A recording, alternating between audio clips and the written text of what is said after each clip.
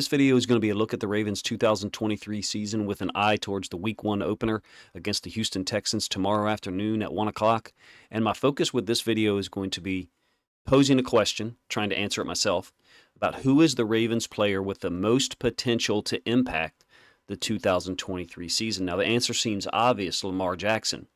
But I'm not talking about the player with the highest individual ceiling, which in my opinion is Lamar on this roster.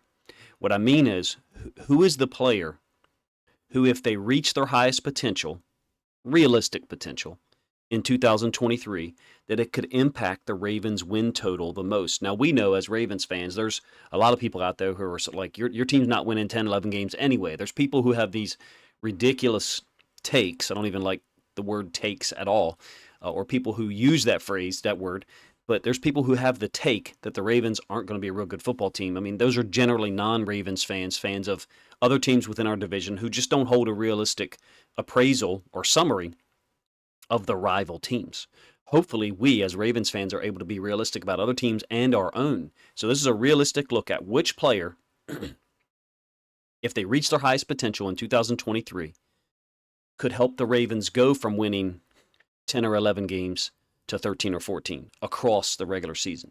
And I will talk about Lamar a little bit, but this video is not going to propose that Lamar is that player. Because I think we know where we're going to get from Lamar Jackson. Incredible competitor. He's going to impact the game with the pass, with the run. He's going to impact the game just by his presence. Just his face mask looking to one side of the field historically has caused defenders to move, and we've never really taken advantage of that by design. I shouldn't say never. It's been rare. So my point in omitting Lamar from this isn't to say that he's not going to have the biggest impact. He is. I'm saying which other player would have the most complementary impact if they reach their potential in 2023. And look, there's a number of possible answers. I'm fine if you don't like the question. To be honest with you, I'm fine if you want to give more than one answer. To be real. Meaning there's two players at the same position that can impact the Ravens season the most. I mean, I think that answer is obvious, right? It'd be Odafe Oweh and David Ojabo as our outside linebackers because we don't have Justin Houston anymore. Ty Spauser's out for, I guess, the first 4 weeks. So I'm fine if you want to give two answers. And I know it's a real specific question, and it's perhaps worded in a very weird way on my part. But like I said, I think we know what we're going to get from some of our veterans, the guys that are healthy. The guys that are going to be healthy generally. Perhaps I should have posed it this way. Which young player for the Ravens can impact the team win total the most?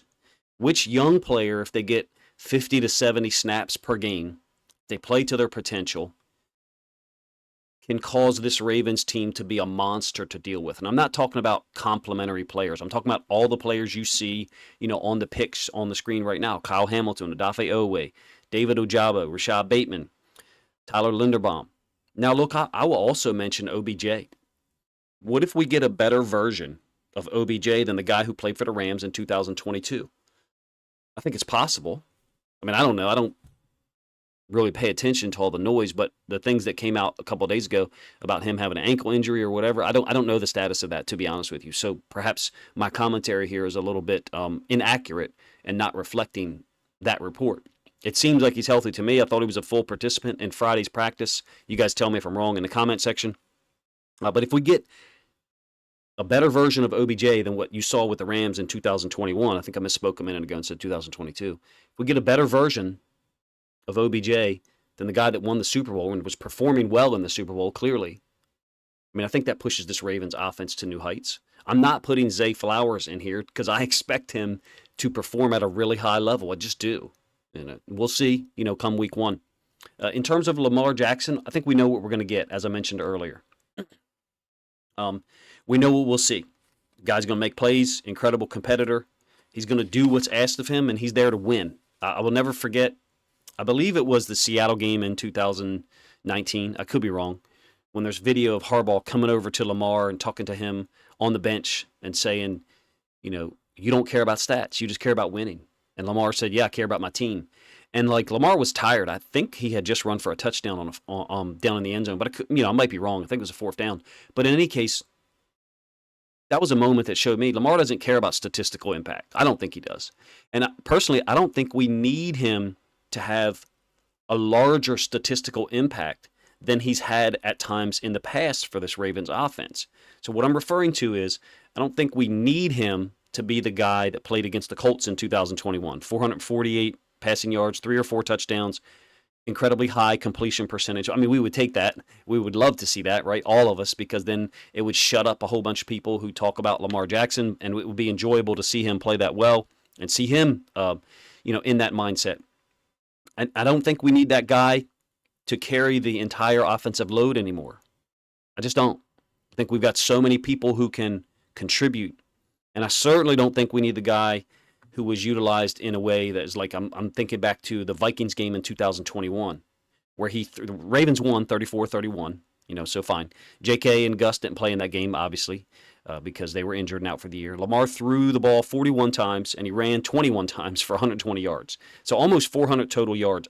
That type of usage is no longer needed on a grand scale throughout the season. Will there be individual games where maybe we need that? Sure. And so maybe I'm remembering something and casting it in a different light, because we certainly did need him to win that game. We fell behind 17-3, I think, in the second quarter, and we fell behind 24-10 early in the third quarter. So there was times for him to be used that way. He can be that guy, but I don't want him to be that guy for 17 weeks. I don't even really want him to be that guy for 10 weeks. My reasoning for bringing up Lamar is that I think many people, maybe not most, but many people associate more passing TDs, more rushing touchdowns, more completions as the player is performing better. Well, those things are related, clearly. And we all want Lamar's stats to be great, but we want his stats to be great so that he receives the credit and accolades he deserves. We want him to win a second MVP. But there's so many playmakers on this offense now. I don't think we need Lamar to be that engine such a high percentage of the time. We're still going to need him to be that engine at times. The threat of Lamar running or doing whatever things, Todd Monken has in the offense for him, that's obvious. We're going to need him to do those things, but with J.K. Dobbins and Gus Edwards back healthy, and Justice Hill growing into this offense, OBJ, hopefully a healthy Rashad Bateman, Zay Flowers, Nelson Aguilar, Devin Duvernay, Andrews, Likely, Kolar. We're not going to need Lamar to run 20 times and throw the ball 35 times in a game. We don't need that usage from him. So, I'm omitting him from this question. I know that's been a long lead-in, so my apologies. If you didn't like this, please let me know in the comment section. I think Lamar will have a great season, but there will be times where he doesn't have the statistical impact that many of us expect with the change in offense. So prepare yourself for that. So with that being said, I think Lamar's got the highest personal ceiling of anyone on the roster. I think that's clear. And he may very well reach it this season. But I'm not going to point to him as the guy who I think determines whether we win between 10 and 11 games or 13 or 14 games. And this is a really difficult schedule for real. I mean, 13, 14 games might be unrealistic because this is a way tougher schedule than the Ravens have played in recent years, if you ask me. I'm going to present 5 young Ravens, with, I guess, one exception, who've been drafted in the last couple of years, that could impact the team win total the most if they reach their potential. We're generally going to use guys drafted in the last 2 draft cycles, with two notable exceptions. So the first guy, David Ojabo. We need him to be able to rush the passer. We're going to see film of him from last season and the preseason, just to let you know. I think he's played better against the run from what we've seen in the preseason. I think there's been a couple of times against the run where he's had too much space to cover between him and the next Ravens player down, but that's a topic for another video. Too many instances like this one from last year against Cincinnati where he's not really running a move. He just kind of gets entangled with the left tackle here. I'm not going to spot shadow him pre-snap, to be honest with you. That editing process of spot shadowing sometimes takes a little longer, and I try to do that like after a game, meaning in my film studies during the week. He's at the bottom side of the screen here. We need the speed rush. We need the speed rush, even if it doesn't win all the time. Pass rush can be a play call, meaning you tell one edge rusher to win on the outside, win on the top side, I call it, the speed rush, so that the rest of the pass rush can be coordinated with that. Think of it like a leadoff hitter. Leadoff hitter gets on base. That's the guy running the outside speed rush. And so everybody else can do their job, whether it's an inside stunt or whatever. I feel like that's Ojabo's role. It might be Oweh's role as well, and we'll talk more about him later. The use of his hands has got to improve, if you ask me. I think this is the strip sack against Burrow in Week 18 last year. The use of his hands has got to improve. Getting off blocks quicker, more instinctive use of his hands. One thing he's really great at, and it's shown in this play, is he's really great at stripping the football. I think we'll see that. If we get Ojabo to be the guy, if he can be the guy we need him to be this season, I'm not talking about 14 sacks. Like, we need 8 sacks from him if he plays a lot. This right here, along with 8 sacks, or maybe even just 6 sacks, but 3 forced fumbles, can be the difference between, winning 2 more games and losing, 2 out of 3. Hopefully I said that in a way that makes sense. Since we lost Justin Houston, we need Ojabo to kind of skip a year developmentally and graduate to that next cycle, graduate to that, 8-10 sacks will be a huge boost, if you ask me. Trying to replace the loss of Justin Houston, who, look, man, Justin Houston just had a historic 4-game run last year. I think he had 7.5 sacks in a 4-game period where he didn't play very many snaps. I don't remember the exact number in terms of snaps played, but I want to say it was 117, and he had 7.5 sacks. I believe, that number may be incorrect, but it wasn't very many snaps to produce that type of statistic. But thinking about Justin Houston, and I wish we brought him back for real. You guys probably know that if you listen to my content at all or watch it.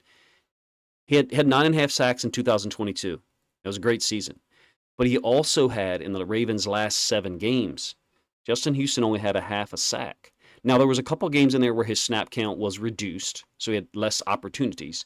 But to be honest with you, we're remembering Justin Houston with that historic run, 7.5 sacks over a 4-game period, and 9.5 sacks total. But the last 7 games, he did not have that much impact.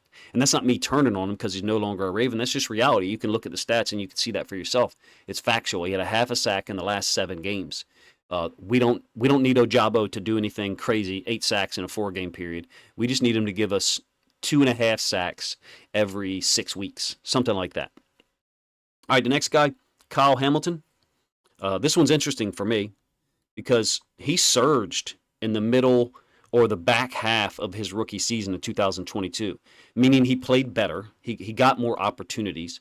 He showed overwhelming potential on some certain plays, like stuff like this. I mean, you just literally cannot block him. This is a genetic mismatch when they're asking a little slot receiver to try to block Hamilton out here. It's not possible for it to be done. So certain plays when Hamilton was at the nickel last year might be drawn up on the whiteboard or on paper, I guess these days on computer, and they're just not going to succeed because the guy assigned to block him just can't do it. He became a real force at that nickel position. And I really think that Hamilton, especially on this play, he's really good at breaking on one-cut routes. He's up at the top side of the screen here, but just so you know, he's going to be covering the tight end into the boundary. He's supposedly being moved away from the nickel and going to presumably be a high safety, like a left safety, where Clark and Stone played at times last year. And basically other guys are going to play the nickel. That's fine. He's up at the top side of the screen. I think this is his forced fumble against the Bengals in the playoffs, I believe, on the 3rd down. If he can maintain his physical level of play and be an eraser in coverage and make plays like this one, the Ravens will be far better defensively. Now, I'm not saying, they'll be better defensively without Marlon Humphrey. We need Marlon Humphrey to come back. I love the group if we've got Humphrey, Darby, Rock Ya-Sin, some of the nickel guys that we have that are supposedly pretty good. Arthur Millette from the Steelers. The Ravens last year got steady, if unspectacular, play from Chuck Clark and Geno Stone at those high safety positions. And then Hamilton was at the nickel being physically dominant at times, like you see here, and then using his instincts to break on routes and cover and sometimes get past deflections. Hamilton could bring another element to the defense in terms of breaking on the ball from a high safety position. We didn't get that a ton last year from Clark and Stone. They were in position in terms of not giving up big plays, but they weren't breaking on balls and getting passes deflected nor interceptions. With Hamilton back there teamed up with Marcus Williams, and then on the same side as Rock Ya-Sin, presumably, meaning Hamilton will be on the left, Rock Ya-Sin will be on the right. That puts us in a good position, I think, to make plays on the ball, pass deflections, or dissuade quarterbacks from even throwing the ball because they see that Hamilton and Marcus Williams are in sync and they're taking routes away, forcing quarterbacks to throw the ball underneath I think that's part of the reason why we play so much split field coverages at times. But I think Hamilton could have the biggest impact on the defensive side, and I understand that there's a lot of people who think that it's got to be Ojabo or Oweh, and I'm not disagreeing with those, but Hamilton's talent and the things he can do that we saw in college and we saw a little bit last year, to me, can impact the game greatly. All right, third guy, and that may be your vote, it may not be, no problem. Third guy, J.K. Dobbins. If we get this version of J.K. Dobbins, which to me clearly depends on a number of factors, his health, how the offensive line plays, what schemes we're using, how unpredictable we are. If we can be more unpredictable and put a guy like J.K. in these positions here to be able to make cuts and make decisions. I mean, these are the things he's done his whole life. See open space, cut to it. Or set up a block, cut back because he's forced somebody to overflow. If this is the version of J.K. Dobbins we get, the Ravens offense could be damn near unstoppable. You may disagree, but I think this is a guy who will have tremendous impact, assuming he's healthy.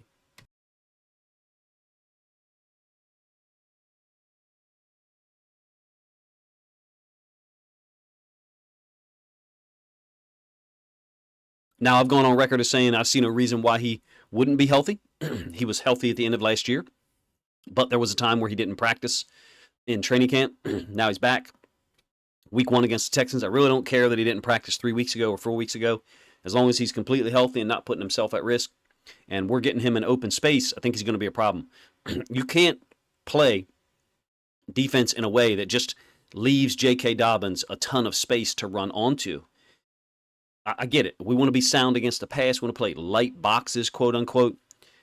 Man, yards and first downs will just be too easy to come by for the Ravens. You can't let a guy and he's going to average around 6 yards per carry. That's just who he is. You can't let him, in a certain game be at 7.2 or whatever. Things can't be that easy in the run game. I think Todd Monken's looking for them to be. I think Todd Monken's looking to open up more space, open up running lanes, make things a little easier on offensive line, and be a little less constricted. Because J.K. Dobbins' ability to make people miss and retain his speed, if he still got it, retain his speed and make people miss, or get an extra yard or an extra 4 inches like you see here for the touchdown, if he's got that in 2023 and the pass game progresses to the way we think it's going to. I mean, look at the preseason. The pass game, I think, looks amazing at times, particularly early in the first quarter, early in the third quarter. First possession, Todd Monken seems to have things really scripted. I can't wait to see how things start off against the Texans, who I think are an underrated team. I think the Texans are going to be a tougher out and more talented than a lot of people presume. But having said that, J.K. Dobbins is a guy who can go out there, and I think he could be the difference between the Ravens winning a bunch of games 27-20 and the Ravens winning some games 37-20. If we get the best version of J.K. Dobbins and we open up space for him, we block well up front, using Patrick Ricard less, so we have less dependency on the fullback there. You guys let me know. It's fine with me if you vote for J.K. Dobbins. I voted for Kyle Hamilton, but if you want to, until I get to my last guy, that is, I voted for Kyle Hamilton. It's fine. If you want to vote for J.K. Dobbins and tell me you think he's the guy that if he reaches his highest potential, the best version of J.K. Dobbins that we could get, if that's what we get in 2023, that he's going to be the guy to push the Ravens to an extra 2 or 3 wins, I got no problem with that.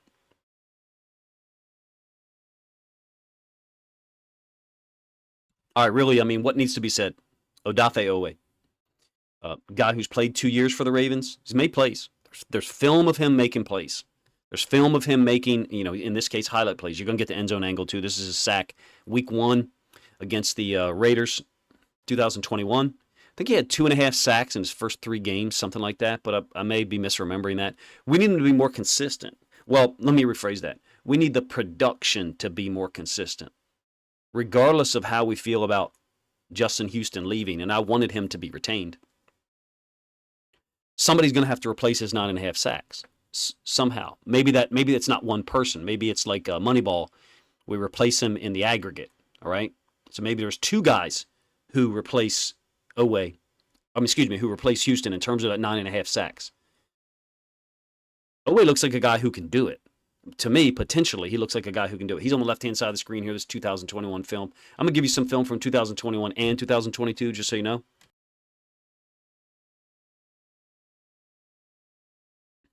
think he'll be better served when Bowser comes back, in my opinion. It's really non-negotiable that Oweh plays better than 2022. It just is. Like the Ravens absolutely need that. In my opinion, Bowser's return sets the table for everyone. Bowser, to me, is the guy, and Marlon Humphrey, but is the guy that really unlocks everyone else's role, in my opinion. I think of Bowser as like, and it's going to be a terrible comparison. Have you ever seen The Matrix? I think it was the third Matrix movie. There's the key maker, the guy that makes the keys. That's what Bowser is for the defense to me. He's the guy that makes the keys for everybody else to succeed. Oweh, if we were to get 8-10 sack version of Oweh and someone who plays well against the run, which he generally does. Now, yeah, there's film of him. He got pancaked by the fullback for the Dolphins last year, yes. There's also film of him from last year, I forget what the team was, of him getting pancaked against the Falcons. It was on a 3rd and 6. Yeah, there's 2 bad plays there. There's no doubt about that. But he does play well against the run generally. Better against the run than he does against the pass. You see a lot of plays like this one. This is the 2nd time this one's running through, by the way. I guess the 4th time, all 22, an end zone angle. He's capable of doing these things, just shedding the tackle's block. And I know the Steelers' offensive line is going to be better than last year. If Steelers fans are watching, cool. That's fine. I think the Steelers O-line is going to be better, and their offense is legit. I'm on record as saying I think their offense is legit. But this version of Oweh, playing with this much force, I didn't think he was totally healthy at times last year. I couldn't prove it. Nobody was talking about it, but it didn't look like to me his shoulder movement, his range of movement with his shoulder was all there. Is it possible we get the best version of Oweh? Does he reach his potential in 2023? I think it's possible. I don't know what the chances are. I'd say 60-40 that it does happen, but I really don't like using numbers to predict what a person can do. He damn sure looks good in the film we see of him. Is he going to be the best outside linebacker we've ever had in 2023? No. Is he going to be our best outside linebacker on the team in 2023? Is possible. I personally think that Bowser's impact is so widespread and so varied that he deserves that designation. But I'd be happy as I don't know what if 5 weeks into the season people said, Coach, you're wrong. Oweh's the best outside linebacker we got because he's producing so many plays like this one and some of the other ones that I've shown you. You guys let me know what you think of Oweh. If you think he's going to be, if you think he can reach his potential or if he will. Number one, this is a really interesting play. There's a wide gap between Oweh and the nose tackle, first of all. And then it's not surprising that post-snap, once the play starts, and it's a split zone concept, nobody else touches the back. It's actually a keep by Taysom Hill, my apologies, who basically is a running back and a quarterback and a tight end all at the same time. The first guy to touch him is Oweh. It's a great effort by the nose tackle, who I highlighted. But look, Oweh can get to the football. He's got a burst. He's got great athleticism. He plays with better technique. I think he's a year ahead of Ojabo in terms of a realistic prediction on production, statistical production. But in our defense, there's times where statistical production is not necessarily a correlation with how well a guy is playing. I'm talking about guys like Bowser. Last play for Oweh is the forced fumble, the strip sack, I should say, against the Colts in 2021 when he kind of jumped the snap. We need this guy. We need a speed rusher, period. We do. I don't think Jadeveon Clowney is it. Bowser isn't a speed rush guy.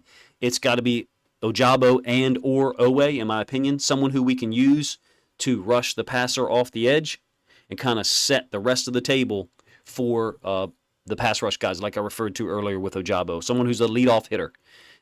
Can be Oweh at times as well. All right, one guy that I haven't mentioned, I'm not going to show film of, is Tyler Linderbaum. If he reaches his potential, because of the scheme that we're going to use, I think there's going to be some gap schemes. There's certainly going to be a lot of zone schemes. I think his pass pro will be better. But also his mobility. And then his usage on screens. And I especially will love to see us use him on stretch a lot. Outside zone, stretch. To the boundary where I think Monken's going to attack. If I'm mentioning Tyler Linderbaum, I'm not really voting for him. And some people may, but if he reaches his potential, his potential, his ceiling, is one of the highest or best centers in the league, potentially. If he reaches that ceiling in 2023, what's that do for the offensive line? Presuming everyone else is healthy. Ronnie Stanley, the best version of him. Morgan Moses, Kevin Zeitler holding down the right side, and then John Simpson at left guard. There's some people who are offensive line people that would probably vote for Tyler Linderbaum, and I got no problem with that. I just wanted to mention it because he was a recent draft pick, even though I'm not going to show any film of him. Personally, he wouldn't be my vote. I expect him to play well. I do. I think he played extremely well last year, especially some of the nose tackles he was going against throughout the season. Quinnen Williams, Vita Vea, and others. He stood up to him, and those guys really didn't have that much statistical impact over the course of 60-minute games. All right, next guy. I've already voted for Kyle Hamilton, and this is the last player for me. This is actually my real supposition, is that Rashad Bateman is the guy who, if he reaches his potential, can impact this team the most in terms of wins. I'm not saying he's going to have 90 catches. He's a 90-catch guy, potentially. That's his talent level. His talent level is a 90-catch, 10, 12 touchdown guy. Maybe not every season, but 2 out of every 3 seasons. Occasionally you get a receiver who has, who is that potential, who only has 78 catches and 9 touchdowns for whatever reason. In my opinion, Rashad Bateman is the player for the Ravens that if he reaches his potential, meaning he's winning a bunch of one-on-one matchups. Because for me, based on what I've seen of Rashad Bateman, and I know he's missed a lot of games, clearly, in his 2-year career, he doesn't look like a guy who is into the trips, and him and 2 other players are running complementary routes to get each other open. Now, I'm not saying he won't do that. I'm not saying he won't run complementary routes. What I'm saying is he doesn't need them to get open, in my opinion. He's tough in terms of catching the football. He's got great hands, in my opinion. I know that he's had drops, whatever the drop percentage is. Guy's got great hands. You see film of him making one-hand catches from 2021 as a rookie. I think he's a guy in basketball, I've made this comparison before, who, no matter how old he is, he's the 6'2" combo guard who shows up to the gym, or shows up, to the playground or to the park to play. And if you're playing games to 11, I don't know what area of the country you're from, but where I'm from, they play games to 11. You play games to 11, and he's always going to score 5 points. And 20 years ago, playing against your dad and your uncles and your older cousins, he was doing the same thing. And now, 2 or 3 generations later, he's still doing the same thing. That's what Rashad Bateman looks like to me. A guy who, I don't want to say an ISO player in basketball, but who can isolate and just take people.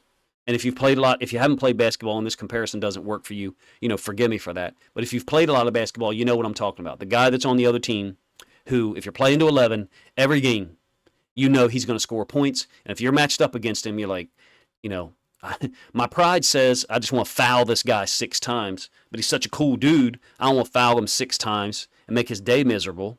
But I don't want to get embarrassed out here either, because he's 48 years old and he's still schooling everybody in our neighborhood, and everybody knows what he can do.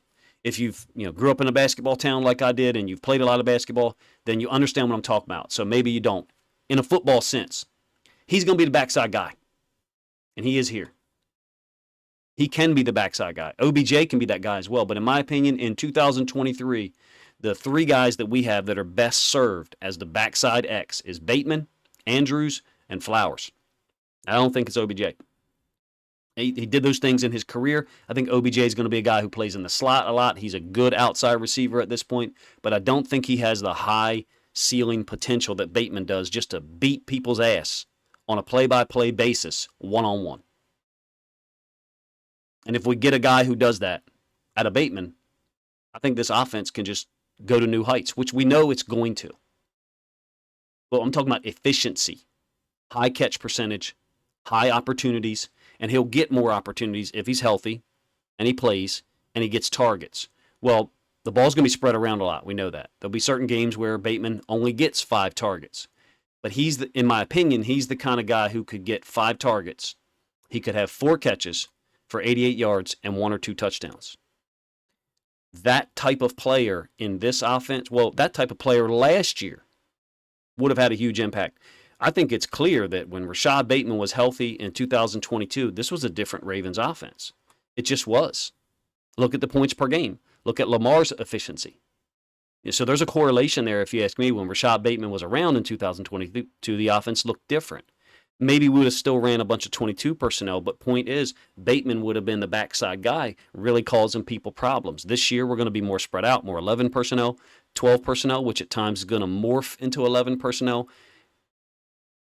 My first vote was for Kyle Hamilton. I knew that the Rashad Bateman, video and film was going to be at the end, and that was going to be the guy that I said I think could impact this team the most. Now, that's on the offensive side. We're Ravens fans, and we kind of been ingrained, myself included, to value the defense more than certain other teams do value the defense. This move right here is in week 3, which apparently he wasn't completely healthy. That move right there, and the next one I'm going to show you is the type of thing that can be devastating for a defense. When you find out you just can't guard a guy one-on-one, you just can't deal with him. Not only that, you can't tackle him. And these are good football players that he's making these moves against. This one and the next one I'm going to show you. Could Rashad Bateman be the difference between 10 wins and 13 wins? Maybe that's a stretch. But in terms of how the Ravens are defended, I think he can open up other play concepts for other players because of his ability to win one-on-one if he's completely healthy. We saw it last year against the Dolphins. I can't show you that play, by the way. It was shown on the NFL's YouTube, so I can't use that play. Otherwise, the NFL claims the monetization of my video. I don't know why they need my $150, but they do. So in any case, look, Rashad Bateman is my vote, but 1B, I guess, will be Kyle Hamilton. You guys let me know what your vote is. Who is the player? And maybe I didn't name the player you think it is. That's cool too. You have a difference of opinion. Who's the player that you think, if they reach their highest potential in 2023, can take this Ravens team win total to another level? Personally, I think it's Rashad Bateman, because I think we know what we're going to get from Zay Flowers, Mark Andrews. We certainly know what we're going to get from Lamar Jackson. We're going to get great plays like this one. OBJ, all those guys are going to play well. J.K. Dobbins, Gus Edwards, if they're healthy, they're going to have an impact. If we get this guy here, the one that I've shown you in some of these pictures, I think the Ravens offense and the team is going to be, A, exciting to watch, and B, I think we're going to win a lot of football games against a really difficult schedule, really demanding schedule, in my opinion. Yeah, we get the Texans and the Colts at home in the first 3 weeks, but those teams, if they're not good right now when we play them, they will be soon. They will be. I think the Texans are building a great roster, a great organization. I really like D'Amico Ryans. I think they've got a lot of depth there, a lot more depth than they certainly had last year. And C.J. Stroud and Anthony Richardson are guys that I think are going to succeed in the NFL. Their coaches know what they're doing. So if we're saying those are our easiest wins, which is not a cool phrase for me to use, it's only because we're catching them early. I can see the Texans, and I said this in one of my previews, I can see the Texans being a team like the Lions last year. They start off 2-4 or 2-5, and then they win 6 out of their last 8 or 7 out of their last 9, something like that. You guys let me know what you think of the video. This one took a different turn. I do have a Texans-Ravens preview that hopefully I can finish by Saturday afternoon and have premiere Saturday evening, but college football days are always unusual in terms of people wanting to watch videos like this versus watching college football games. That's why I try to get these videos out on Saturday morning. If you like this kind of video, please let me know, first of all, in the comments section. Second of all, let me know what your thought is on the Texans versus Ravens. I do have an idea of something I think the Texans are going to do. I'll reveal that in my preview video, which hopefully I can finish in the next couple hours and get out to you guys Saturday afternoon or late Saturday night.